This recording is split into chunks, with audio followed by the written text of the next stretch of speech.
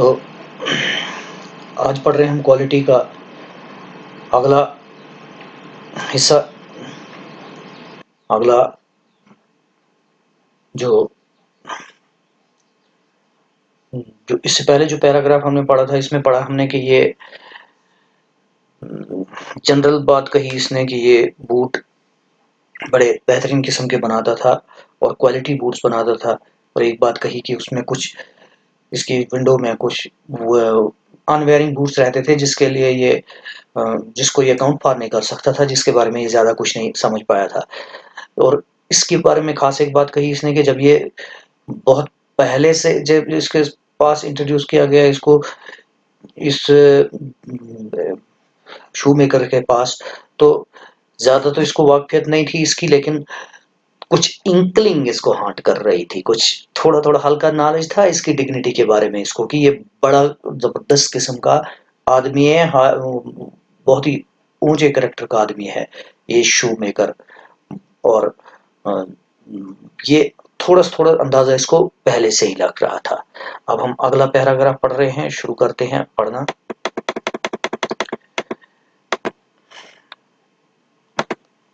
तो कहता है, आई रिमेंबर वेल माई शाई remark one day while stretching out to him my youthful foot। तो कहता मुझे याद है मेरा शाई रिमार्क, अच्छी तरह से मुझे याद है। आई रिमेंबर वेल, मुझे अच्छी तरह से याद है। माई शाई रिमार्क, मेरा शर्माते हुए कहना। शाई रिमार्क, शाई होता है जिसमें जो शर्माता हो, शर्मीला। तो मेरा शाई रिमार्क, रिमार्क से मतलब है यहाँ बात करना। तो मुझे याद है, मुझे मेरा शर्माते हुए कहना वन डे, एक दिन, while stretching out to him my youthful foot, जबकि मैं स्ट्रेच आउट कर रहा था, अपना पैर आगे बढ़ा रहा था उसको, उसकी तरफ। my youthful foot, मेरा छोटा बचपन वाला फुट, मेरा छोटा पैर। जब मैं अपना छोटा सा पैर, अपना बचपन का पैर उसके सामने बढ़ा रहा था, तो मैंने शर्मा के उससे कहा एक दिन, ये मुझे अच्छी तरह याद है। और क्या कहा इसने पैर बढ़ाते हुए? पैर बढ़ाने का मतलब है जी, जब शू मेकर के पास पहुंचा है तो पैर किस लिए बढ़ाएगा? पैर इसलिए बढ़ाएगा कि वो उसके पैर की पैमाइश ले ले, पैमाइश के लिए, उसका नाप लेने के लिए। तो वो पैर बढ़ाते हुए इसने जब कहा एक दिन इसको, तो इसको याद है वो क्या कहा इसने? Isn't it awfully hard to do, Mr. Jessler? ये सवाल किया उसको, बचपन छोटा था तभी उसने इसको सवाल किया ये। Isn't it awfully hard to do, Mr. Jessler? Isn't it awfully hard to do, Mr. Jessler? क्या ये बहुत ही मुश्किल नहीं है मिस्टर जसलर करना? मतलब ये शू मेकिंग, डू टू डू से मतलब है शू मेकिंग। क्या मिस्टर जसलर ये शू मेकिंग, क्या ये जूते बनाना बहुत ही मुश्किल काम नहीं है? awfully hard, awfully hard, terribly hard, यानी कि जिसको हम किसी चीज की हम क्वालिटी, चाहे नेगेटिव सेंस में या पॉजिटिव सेंस में, उसको बहुत ही स्ट्रेस के साथ, बहुत ही मतलब एम्फसाइज करें, जोर लगा के बात करें उसके, उसको ये मतलब उसकी उस बर्तरी को बताएं, तो उसके पीछे हम आफुली का वर्ड एडजेक्टिव के तौर पर यूज करते हैं। तो यहाँ भी उसी सेंस में यूज हुआ। Isn't it awfully hard to do, mister Jasler? के ये बहुत ही मुश्किल काम नहीं है करना मिस्टर जसलर? शू मेकिंग का बहुत ही मुश्किल काम नहीं है? तो जवाब में ये कह रहा है, and his answer given with a sudden smile from out of the sardonic redness of his beard, it is an art। तो और उसका आंसर, उसका जवाब क्या था? उसका जवाब given with a sudden smile, और ये जवाब आया था उसके अचानक मुस्कुराहट के साथ। अब बच्चे को जवाब देना था उसने, तो अचानक मुस्कुराते हुए फिर उसने जवाब दिया, from out of the sardonic redness of his beard. और ये जवाब आया उसकी जो सर्डनिक रेडनेस थी इसकी दाढ़ी की, सर्डनिक कलर के, लालपन के, लालपन की से बनी हुई दाढ़ी जो थी, उस दाढ़ी में से जो मुस्कुराहट आई अचानक से, वो मतलब उस तरह से उस मुस्कुराहट के साथ जो उसने जवाब दिया, वो बात कही है इसने, वो जवाब दिया इसने, और जवाब ये it is an art, it is an art, it is an art, ये है सही इंग्लिश में इट इज एन आर्ट। अब ये चूंकि जर्मन बोल रहे थे, मतलब जर्मन के अंदाज में इंग्लिश बोल रहे हैं, तो इसीलिए इसने उनको कैच किया है उसी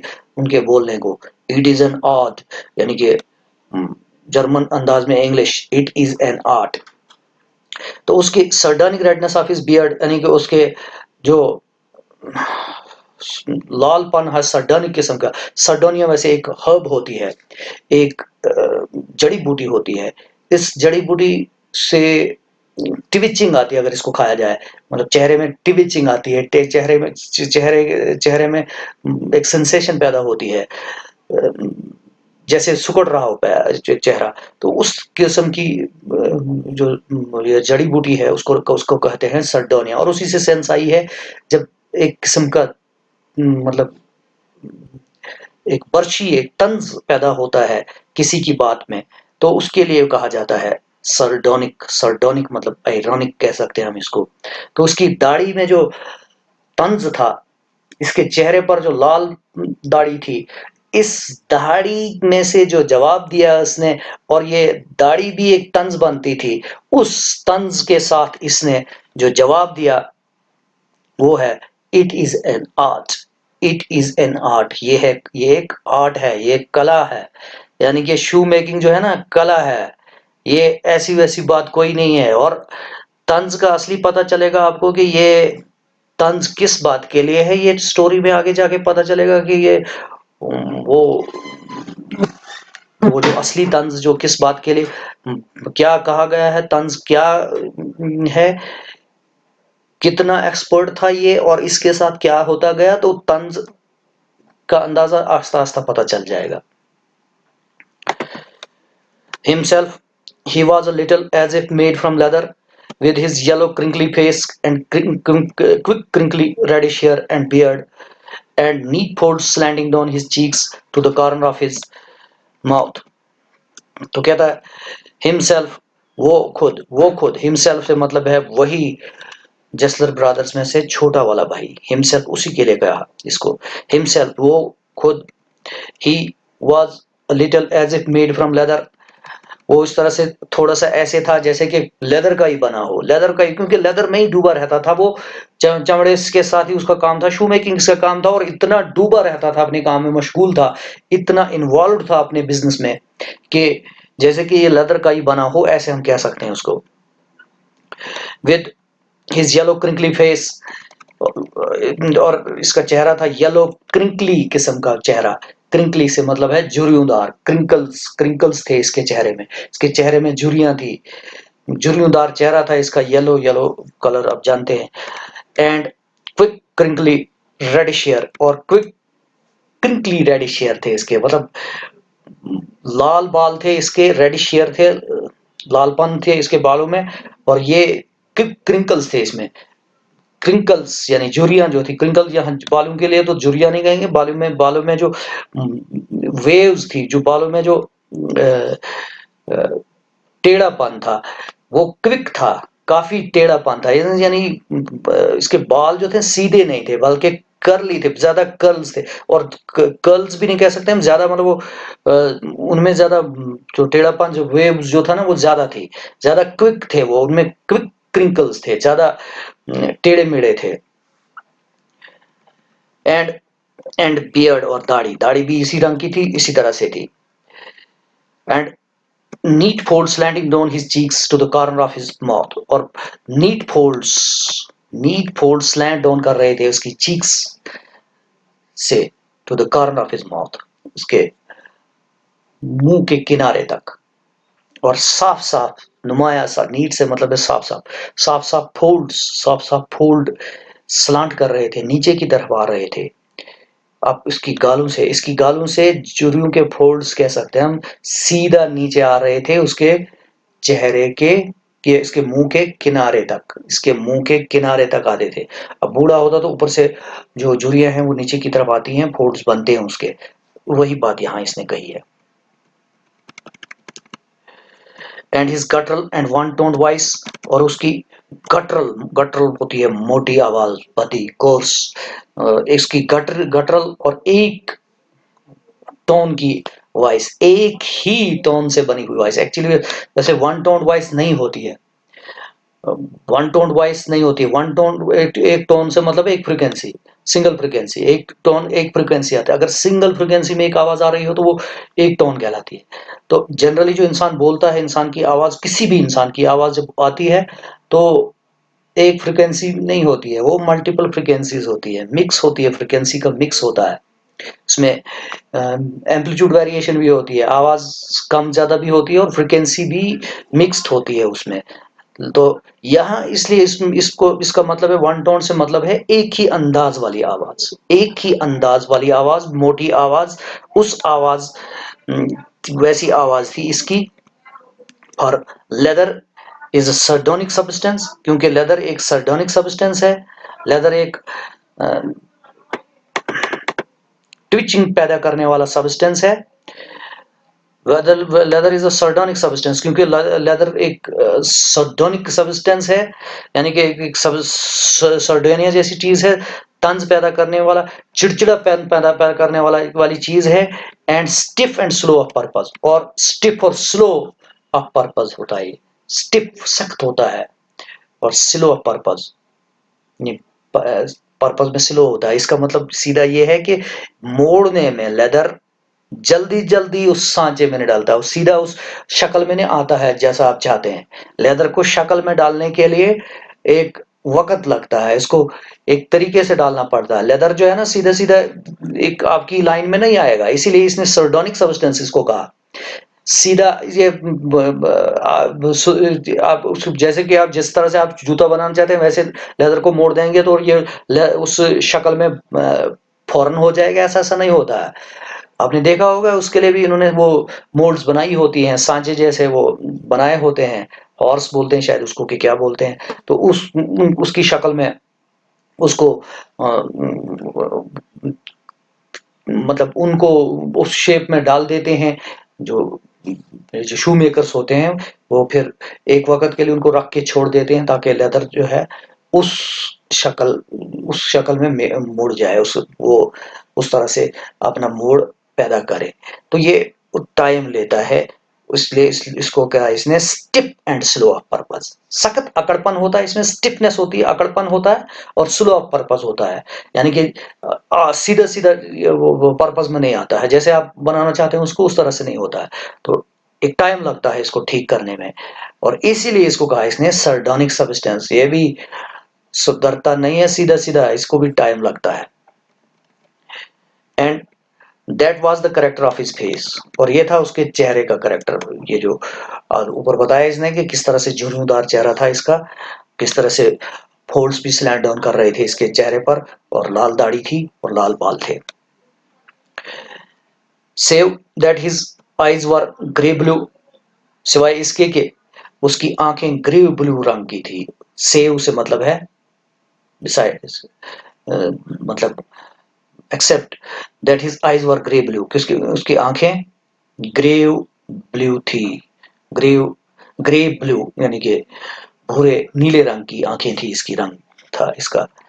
had in them the simple gravity of one secretly possessed by the ideal, और इनमें इसके इसकी आंखों में था, had in them इसकी आंखों में था the simple gravity of one secretly possessed by the ideal, वो सिंपल ग्रेविटी थी, वो सादा किस्म की गहराई थी उसकी, जो secretly possessed by the ideal होता है, बहुत ही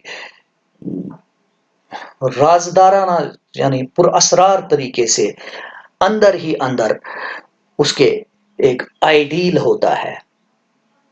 उस तरह से वो उस किस्म की सिंपल ग्रेविटी थी। ग्रेविटी होती है सीरियसनेस, इसके इसमें वो सादा किस्म की गहराई, गहराई जो मैंने कहा वो सीरियसनेस, मतलब अंदर इसकी आंखों में वो गहराई, वो सीरियसनेस थी उस तरह उस की जैसी, जो जिसके जिसके पास पूरा असरार तरीके से अंदर ही अंदर अपने राजदाराना तरीके से आइडियल पोजेस्ड हो, उसके अंदर अपना आइडियल हो या अपना एक मकसद हो। आइडियल वैसे होता है, आइडियल जो है वो फंडामेंटली वो ज़हनी मकसद होता है, वो ज़हनी अ, वो एक आइडिया होता है जो स्टैंडर्ड्स के साथ मतलब अ, पूरा उतरता है। जो भी चीज़ जो स्टैंडर्ड्स के साथ पूरी उतरती है वो उसको हम कहते हैं ideal. Ideal leader, ideal teacher, ideal student. तो मतलब ये है कि ऐसा स्टूडेंट जो आइडियल हो। एक्चुअली स्टूडेंट का एक स्टैंडर्ड होता है हमारे दिमाग में कि स्टूडेंट किस किस्म का होना चाहिए।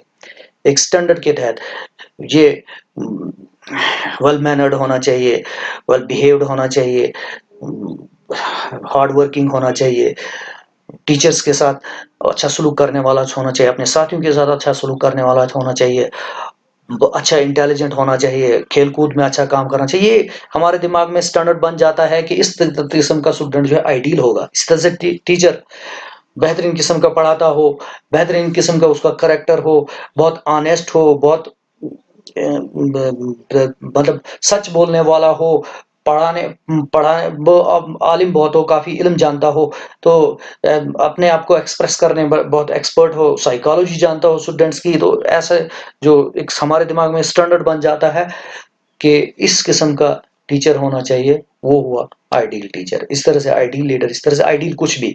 तो जो हमारे दिमाग में एक किसी चीज के बारे में एक आइडिया बन जाता है स्टैंडर्ड्स के साथ जुड़ के, स्टैंडर्ड्स के साथ पूरी तरह से एज अ होल हमारे दिमाग में उन स्टैंडर्ड्स के तहत ये सबसे बेस्ट जो अम, कोई मतलब मयारी बात बनती है, उसके लिए उसको हम कहते हैं आइडियल। तो इसके अंदर भी वो आइडियल पोजेस, और यहाँ किसका आइडियल है? आइडियल शू मेकिंग का। आइडियल शू मेकर था ये, यानी कि इसमें इसमें जो हर किस्म की शू मेकिंग की क्वालिटीज थी वो मौजूद थी। जो जो भी कोई खूबी, जो भी बेहतर से बेहतर कोई खूबी हम कह सकते हैं शू मेकर के लिए, वो इसके अंदर वो मौजूद थी, पुरस्कार तरीके से मौजूद थी। और इसकी आंखों में उन उस आइडियल की गहराई, उस आइडियल की ग्रेविटी जो थी मौजूद थी।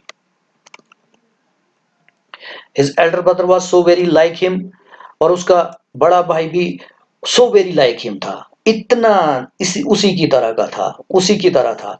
लेकिन आगे इसने क्लियर किया, thou watery paler in every way, वो के वो वाटरी था, पेलर था हर तरह से।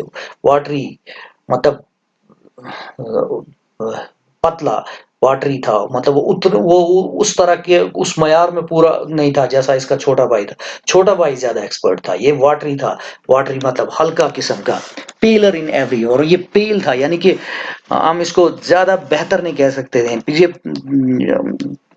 वाइट जो मतलब जो बेस्ट क्वालिटी है, बिल्कुल बेहतरीन किस्म की उस तरह का नहीं था, बल्कि पेलर था हर तरह से। विद अ ग्रेट इंडस्ट्री, और एक ग्रेट इंडस्ट्री से था ये सारा का सारा। इस तरह का बड़ा भाई बना हुआ था। इस भाई छोटा बड़ा भाई भी छोटे भाई की तरह था, लेकिन हर तरह से वाटरी और पेलर था। लेकिन बना कैसे था? विद अ ग्रेट इंडस्ट्री, एक ग्रेट इंडस्ट्री से बहुत ज्यादा मेहनत कर करके, बहुत ज्यादा मेहनत कर करके, इंडस्ट्री से मतलब है यहाँ हार्ड वर्क, यहाँ मेहनत कर करके ये भी बड़ा भाई भी छोटे भाई की हो तरह हो गया था, लेकिन तो भी वाटरी और पेलर था। That sometimes in early days I was not quite sure of him until the interview was over। तो क्या था कि बाज औकात, that sometimes in early days, के बाज औकात शुरू के दिनों में, अर्ली डेज में, शुरू के दिनों में, I was not quite sure of him, मैं क्वाइट श्योर नहीं होता था उसके बारे में, ज्यादा श्योर नहीं, उसके ज्यादा यकीनी नहीं हो जाता था मैं उसके बारे में, क्वाइट श्योर नहीं होता था मैं उसके बारे में बिल्कुल भी, मतलब पूरी तरह से मुझे यकीन नहीं आता था। Until the interview was over, जब तक ना बातचीत खत्म हो जाती थी। जब ये जाता था ना उसके पास, तो जब तक ना बातचीत खत्म हो जाती थी तब तक इसको पता नहीं चलता था ये छोटा भाई है या बड़ा भाई है, क्योंकि दोनों की शक्ल एक दूसरे से मिलती थी, वो हूबहू एक जैसे थे, उनका बिहेवियर एक जैसा था, एक तरह से शक्ल थी। तो इसको शुरू में पता नहीं चलता था बड़ा भाई कौन सा है, छोटा भाई कौन सा है, असली हीरो कौन सा है, छोटा भाई जो असली एक्सपर्ट था वो है या इसका बड़ा भाई है यहाँ पर सामने। तो इसको पता नहीं चलता था जब तक ना बातचीत खत्म होती थी। इंटरव्यू वाज आवर, इंटरव्यू खत्म होता था, इंटरव्यू से मतलब है बातचीत, और ये बातचीत खत्म होने पर कैसे पता चलता था, ये बता रहा आगे। Then I knew that it was he. तो क्या था, फिर मैं जान जाता था कि ये वो था, वही था, यानी छोटा वाला भाई था।